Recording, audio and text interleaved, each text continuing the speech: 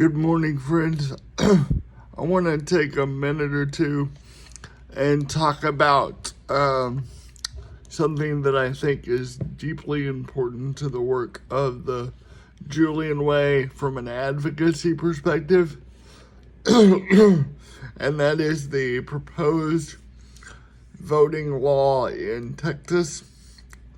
And for those of you who know me and have been following the work of the Julian Way for a while now, you know my political position, and you know that I am hesitant to talk about politics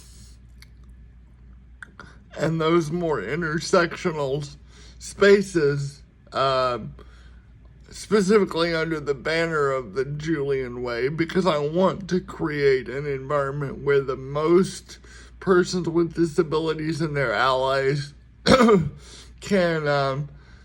stand under, be under our banner and be as nonpartisan as possible. But I really feel like this is an issue that needs to be addressed from a Julian Way perspective, because these laws, the newest proposed voting law, is going to disproportionately affect persons with disabilities and their ability to advocate for themselves through the ballot and participate in the voting process. Particularly if you look at things like the severely limiting of mail-in ballot and mail-in voting, which is the method that many persons with disabilities choose to use because it's easier for them because of the variety of disabling conditions that might limit their ability to get out of their house. When you look at the severely curbing of mail-in balloting that is in this proposed law, you get a significant amount of potential disabled voters that are eliminated right off the bat, right there. But what concerns me most about this law is probably two things. The limiting and restricting of curbside or drive-up voting, disproportionately affects those with disabilities, because I know in the last election I voted curbside and it was easy and it was fairly quick, and the poll workers at my precinct did a wonderful job. And if we eliminate the ability for someone to easily access curbside or drive-through voting, you immediately put physical obstacles in the way of someone with a disability being able to access the ballot box. Quite literally, we are disenfranchising those persons with physical or other developmental disabilities that may make it more difficult for them to navigate inside crowded or highly populated spaces. And the fact that someone in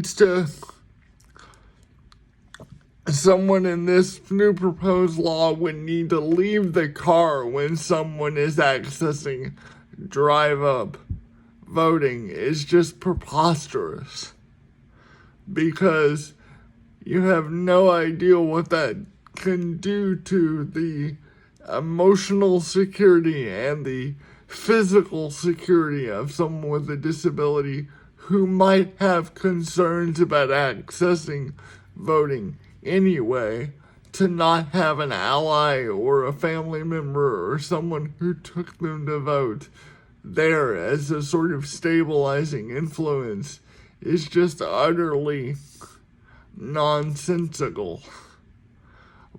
And the last thing that I will mention, and probably the most blatantly discriminatory practice among many practice for those with disabilities, is this process of signature matching that is going to be used in the case of mail-in balloting and even other forms of voting. I can't write, and I know many other people with disabilities who don't have a consistent signature due to tremors in their hands or other physical effects of their disabling conditions. And when you use signature matching and you leave it in the hands of people that are untrained poll workers anyway, you are going to disenfranchise people. You are going to disenfranchise primarily those with disabilities who couldn't have a consistent signature if they wanted it. This is clearly a way to limit the power of those with disabilities. And I haven't even gotten into the intimidation and the actions that poll watchers can now take to harass and to impede those with disabilities from casting their ballots. And the fact that we can now, under this law, have potentially poll watchers taking photos of those with disabilities voting to check for perceived quote-unquote voting irregularities. Folks, you know where I am. You know where I stand if you followed my blogs, both my personal blogs and my Julian Way blogs for long enough. But this is not a Democrat or Republican issue. I was raised in a household where voting was not an option. We may not have made it to every city council election or mayoral election, but when it came to the Congress and the presidential years and the bigger stuff, we were voting. Like, there was no option. This is not something I'm willing to make a partisan issue of. This is a human and a civil right issue. And make no mistake, I am angry.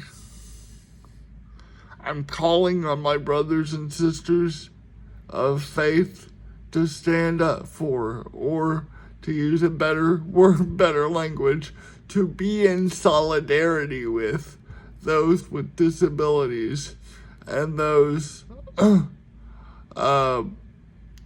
Black and people of color who will be dramatically affected by this law.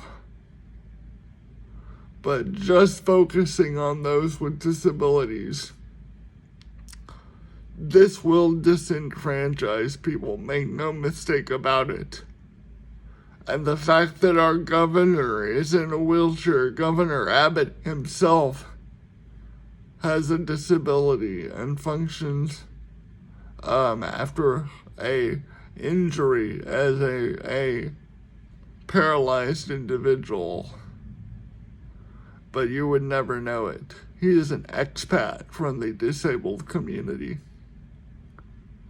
Don't let us be disenfranchised.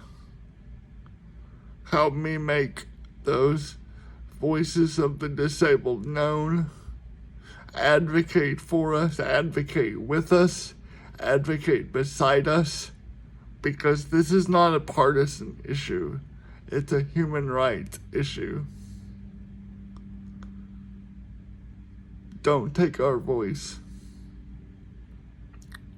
because I won't surrender it without a fight. Thank you.